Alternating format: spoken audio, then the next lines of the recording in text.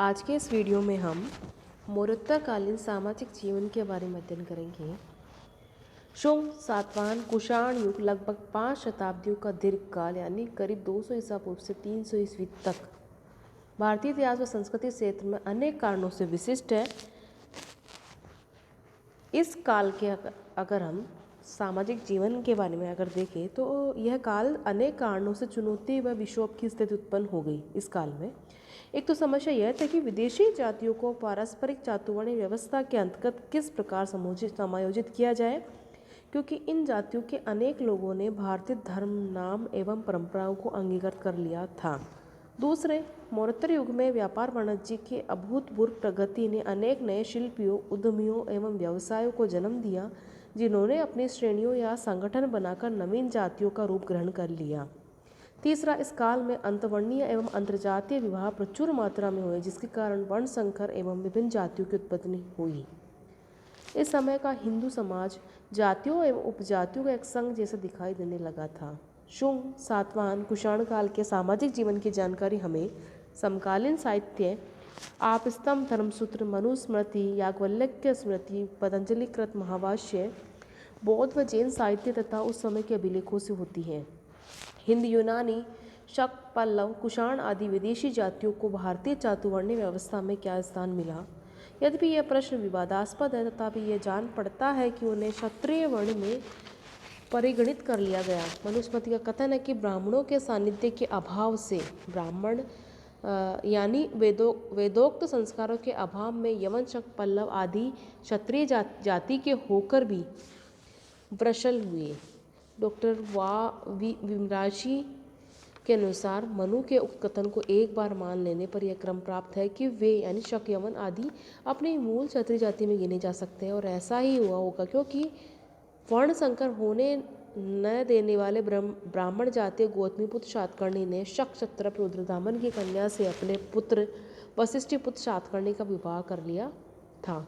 आंध्र के अनेक श्रोत्र यज्ञ करने वाले इक्ष्वाकु वंशीय शांतनुल ने अपने पुत्र मातृ पुत्र वीर पुरुषदत्त का विवाह उज्जैनी के महाराज की कन्या रुद्र भट्टारिका से किया था। चातुर्वर्ण्य व्यवस्था में ब्राह्मणों के सर्वोच्च स्थान की परिपुष्टि की गई और उनके बाद पूर्वापर क्रम में क्षत्रिय, वैश्य, शूद्र शामिल थे। मनुस्मृति में ब्राह्मणों की सर्वश्रेष्ठता एवं प्रधानता के बारे में हमें स्पष्ट कथन मिलते हैं, लेकिन समकालीन बौद्ध साहित्य जैसे ललित विस्तार, निदान कथा में अनेक स्थलों पर क्षत्रियों को ब्राह्मणों से श्रेष्ठतर मानकर उन्हें चतुर्वर्णों में सर्वप्रथम परिगणित किया गया है। इस काल में नई जातियों, उपजातियों एवं मिश्रित जातियों की बहुलता पड़ी।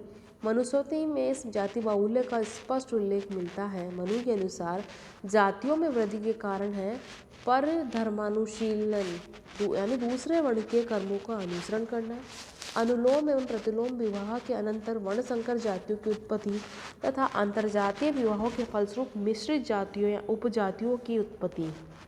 मनु ने अम्बस्ट, निषाद एवं उग्र जातियों को अनुलोम विवाह से उत्पन्न जातियों में तथा ये आयोग, क्षत्र, चांडाल, मगध, वैदेहिक आदि जातियों को प्रतिलोम विवाह में उत्पन्न माना है। मनु ने प्रतिलोम विवाह से उत्पन्न संतानों एवं ऐसे व्यक्ति जो धार्मिक कर्तव्यों का पालन न करने के कारण हीन है, उन्हें व्रात्य कहा है। इस प्रकार संकर एवं व्रात्य इन दो सिद्धांतों के आधार पर मनु ने सभी मिश्रित जातियों या सामाजिक इकाइयों यवन, शक, पल्लव आदि को शामिल करते हुए की उत्पत्ति का व्याख्यायित कर दिया। चातुर्वर्ण्य व्यवस्था के साथ साथ हिंदू धर्म में चतुराश्रम व्यवस्था का भी महत्व रहा है। आपस्तंभ, धर्मसूत्र, मनुस्मृति आदि में चारों आश्रमों ब्रह्मचर्य आश्रम, गृहस्थ आश्रम, वानप्रस्थ आश्रम एवं संन्यास आश्रम के कर्तव्यों एवं महत्व पर प्रकाश डाला गया है। मनु ने गृहस्थ आश्रम को सर्वाधिक महत्वपूर्ण बताया है। सातवाहन अभिलेखों से संयुक्त परिवार पद्धति के प्रचलन के हमें संकेत मिलते हैं। अनेक अभिलेखों में परिवार के प्रमुख दाता के रूप में उल्लेख करते हुए यह भी कहा गया है कि उस दान का पुण्यदाता के भाई बहनों, पुत्र पुत्रियों आदि को प्राप्त हो। स्त्रियों की स्थिति कतिपय अपवादों एवं अपमानजनक धर्मशास्त्रीय अर्हताओं को छोड़कर सामान्यतः सम्मानजनक जान पड़ती है। सातवाहन नरेशों के नाम मात्र प्रधान है: गौतमी पुत्र, वाशिष्ठ पुत्र आदि। सातवाहन रानी नागनिका ने अपने पुत्र की अल्पावस्था के दौरान राजकार्य संभाला। इस काल में शिक्षित एवं विदुषी स्त्रियों के उल्लेख भी मिलते हैं। पतंजलि ने मीमांसा दर्शन के अध्ययन में दीक्षित स्त्रियों का उल्लेख किया है। कुछ स्त्रियां युद्ध कला की शिक्षा भी ग्रहण करती थीं। भरूच स्तूप के अंकनों में एक स्त्री को पूर्ण सुसज्जित घोड़े की पीठ पर बैठे हुए तथा दंड हाथ में लिए दिखाया गया है। पतंजलि ने एक भाला धारणी स्त्री शक्तिकी का उल्लेख किया है। पर्दा प्रथा सम्मिलित प्रचलित नहीं थी, ऐसे प्रमाण में मिलते हैं। अमरावती स्तूप के कुछ शिल्पांकनों में स्त्रियों को खुले मुख में से सभासद में वाद विवाद में भाग लेते हुए एवं सार्वजनिक चैत्यगृहों में पूजा करते हुए दिखाया गया है। सांची, भरूच, अमरावती एवं अन्य क्षेत्रों के समकालीन अलंकरणों में लोक जीवन की झांकी देखने को मिलती है। सामान्य जन सुखी, निष्प्रह एवं जीवन के रस में उल्लसित माना जान पड़ता है। कुमार स्वामी के अनुसार इन अंकनों का मुख्य प्रयोजन न आध्यात्मिक निंदा नीति परक बल्कि ये पूर्णतः मानव केंद्रित है। इनमें विलासिता एवं सुख का चित्रण है। समकालीन साहित्य में भी उस काल के नागरिक जीवन की सुख समृद्धि, गीत संगीत नृत्य तथा लौकिक मनोविनोद के स्पंदनों से युक्त समाज एवं उत्सवों की लोकप्रियता का उल्लेख मिलता है। मृच्छकटिकम में इंद्रध्वज महोत्सव का उल्लेख है जो सातवाहन काल में प्रचलित था। इस अवसर पर नृत्य, गीत, वाद आदि मनोरंजन के कार्यक्रम होते थे। इसी काल में प्रचलित मदनोत्सव यानी जो हमें मृच्छकटिकम मिलता है एवं फाल्गुनोत्सव, गाथा सप्तशती के उल्लेख भी मिलते हैं। भभूति के मालती माधव से ज्ञात होता है कि मदनोत्सव के साथ प्रबंध संबंधित नगरों की स्त्रियों द्वारा किया जाता था। इस अवसर पर नगर के बाहर उद्यान में मदन की मूर्ति की पूजा की जाती थी एवं नृत्यांगन युक्त मेलों का आयोजन होता था। विदेशियों का भारतीयकरण, इसे भारतीय संस्कृति की चमत्कारिक शक्ति का ही जादू मानना चाहिए कि मौर्योत्तर युग में दौरान भारत में आक्रांता, विजेता या साम्राज्य निर्माता के रूप में आई विदेशी जातियाँ यवन, शक, पल्लव, कुषाण आदि धीरे धीरे भारतीय संस्कृति के रंग में घुल मिल गई।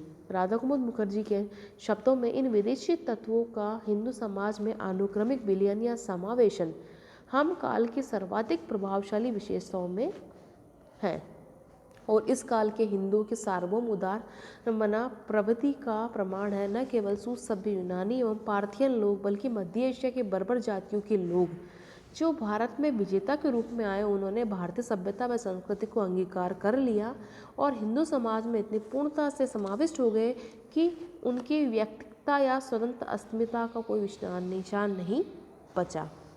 हिंद यूनानी शासक मिनेंडर, जिसे मिलिंद भी कहा जाता है, बौद्ध धर्म का अनुयायी बन गया था।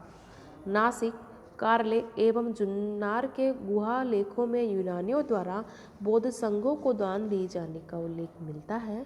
तक्षशिला का यवन हीलियोडोरस भागवत धर्म का अनुयायी बन गया और उसके बेस नगर गरुड़ स्तंभ लेख से ज्ञात होता है कि उसने वासुदेव के सम्मान में इस गरुड़ ध्वज का निर्माण करवाया था।